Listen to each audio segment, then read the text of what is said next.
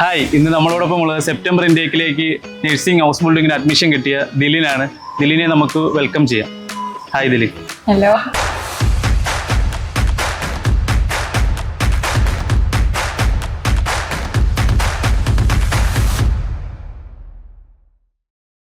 ദിലിൻ എങ്ങനെയാണ് nursing house ബിൽഡിങ്ങിനെ കുറിച്ച് അറിഞ്ഞത്? +2 കഴിഞ്ഞിട്ട് ഞാൻ നോക്കി കുറേ പ്രൊഫഷൻസ്. ടീച്ചിങ് ആയിരുന്നു എനിക്ക് താല്പര്യം, ബട്ട് ജർമ്മനീനെ പറ്റി അറിഞ്ഞപ്പോൾ ഹൗസ് ബിൽഡിംഗ് തന്നെ എടുക്കാമെന്ന് തീരുമാനിച്ചു. എന്തുകൊണ്ടാണ് നാട്ടിൽ ഒരു BSc നഴ്സിംഗോ അങ്ങനെ നോക്കാതെ ജർമ്മനിയിലേക്കൊരു നഴ്സിംഗ് നോക്കിയത്? ആക്ച്വലി എൻ്റെ ചേച്ചിമാരൊക്കെ BSc നഴ്സിംഗ് ഇവിടെ ചെയ്യുന്ന, അപ്പം ഇവിടെ തിയറിയാണ് കൂടുതലായിട്ടും പ്രയോറിറ്റി കൊടുക്കുന്നത് പ്രാക്ടിക്കലിനേക്കാളും.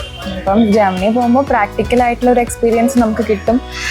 പിന്നെ നമുക്ക് സെൽഫ് ഇൻഡിപെൻഡൻസ് ആണല്ലോ കൂടുതൽ. നമുക്ക് ഒരു മാസത്തിൽ ഏകദേശം 1 lakh-ഓളം നമുക്ക് ഏൺ ചെയ്യാൻ പറ്റും പഠിക്കുന്നതിൻ്റെ ഒപ്പം തന്നെ.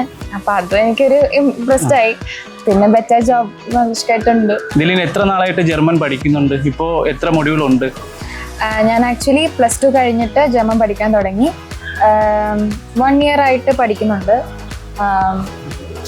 ഇപ്പം എനിക്ക് 2 മോഡ്യൂളാണ് ഉള്ളത്. എനിക്ക് അറിയത്തില്ലായിരുന്നു 4 മോഡ്യൂൾ തന്നെ വേണമെന്നായിരുന്നു. പിന്നെ എൻ്റെ ഫ്രണ്ട് വഴിയാണ് പറഞ്ഞത് ഇങ്ങനെ 2 മോഡ്യൂൾ വെച്ച് നമുക്ക് പ്രോസസ്സിങ് ചെയ്യാൻ പറ്റും. അങ്ങനെ ഇപ്പം ആക്ച്വലി 2 മോഡ്യൂളാണ് കറൻ്റ്ലി ഉള്ളത്. ഓക്കെ, അപ്പോൾ ഫ്രണ്ട് വഴി തന്നെയാണോ സ്കൈഹോക്കിനെ കുറിച്ച് അറിഞ്ഞത്? അതെ. ലാംഗ്വേജിൻ്റെ സർട്ടിഫിക്കറ്റ് കിട്ടിക്കഴിഞ്ഞിട്ട് പിന്നെ ഒരു ടെൻഷനായിരുന്നു, ഏത് ഏജൻസി കൊടുക്കണം എന്ന് ഭയങ്കര കൺഫ്യൂഷനായിരുന്നു. പിന്നെയാണ് എൻ്റെ ഫ്രണ്ട് എനിക്ക് പറഞ്ഞത് സ്കൈഹോക്കിനെ പറ്റി. പിന്നെ ഞാൻ അങ്ങനെ അന്വേഷിച്ച്, ആദ്യം നമുക്കൊരു ടെൻഷൻ ഉണ്ടായിരുന്നു. പിന്നെ ബെറ്റർ അസിസ്റ്റൻസ് ആയിട്ട് എനിക്ക് തോന്നി.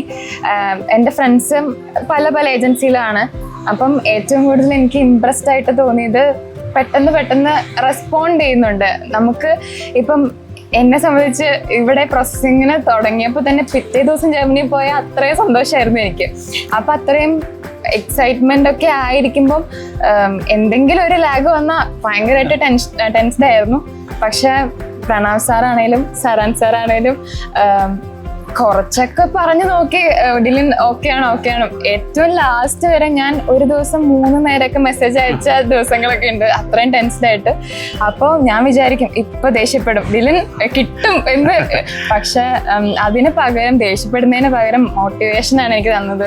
ഡിലിൻ എന്തായാലും പോവും, ഉറപ്പായിട്ട് പോവും. അതാണ് എനിക്ക് ഏറ്റവും ഇപ്പം കോൺട്രാക്റ്റ് കിട്ടിയിരിക്കുന്ന സമയത്ത് പറഞ്ഞു കഴിഞ്ഞാൽ നമുക്കത് അറിയില്ല. പക്ഷെ കിട്ടാതിരിക്കുന്ന സമയത്ത് നമുക്ക് ഭയങ്കര സ്ട്രെസ്ഡ് ഉള്ള ഒരവസ്ഥയാണ്. അപ്പൊ അങ്ങനെ ഒരു സാഹചര്യത്തിൽ ഏറ്റവും ബെറ്റർ അസിസ്റ്റൻസ് ആയിട്ട് എനിക്ക് തോന്നി. അതിലിന്റെ ഇന്റർവ്യൂ ടൈമിൽ പോലും നമുക്ക് കിട്ടിയ റെസ്പോൺസും അങ്ങനെയാണ്.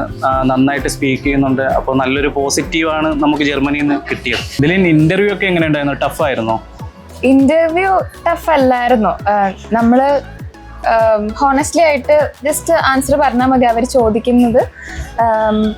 പിന്നെ interview Skyhawk interview preparation class provide ചെയ്തിട്ടുണ്ടായിരുന്നു.